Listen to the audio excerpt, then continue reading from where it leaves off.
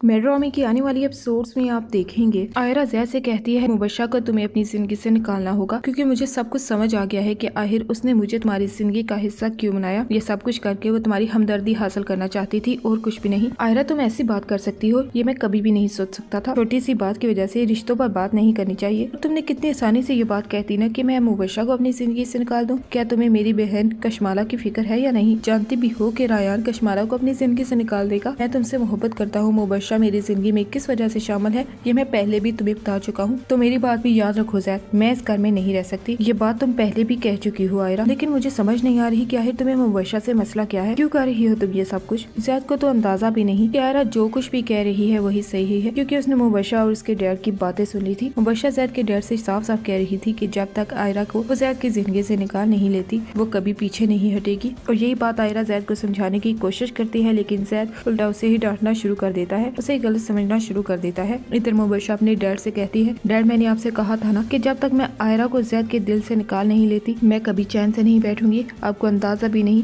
कि जैद ने किस तरह मेरे सामने आयरा की इंसल्ट की, और ये सब कुछ देखकर मुझे किस कदर सुकून मिला ये आप जानते भी नहीं। मैं तो सोच भी नहीं सकता था मुबशरा कि तुम ये सब कुछ कर पाओगी। जब से तुमने आयरा को जैद की जिंदगी में शामिल किया था मैं तो तुम्हारे बारे में सोचकर काफी ज्यादा परेशान था, लेकिन अब मुझे काफी ज्यादा खुशी हो रही है क्योंकि तुम्हारा मकसद कामयाब होता जा रहा है। वो दिन दूर नहीं जब जैद खुद धक्के देकर आयरा को अपनी जिंदगी से निकाल देगा। आने वाली एपिसोड्स काफी ज्यादा इंटरेस्टिंग होने जा रही हैं।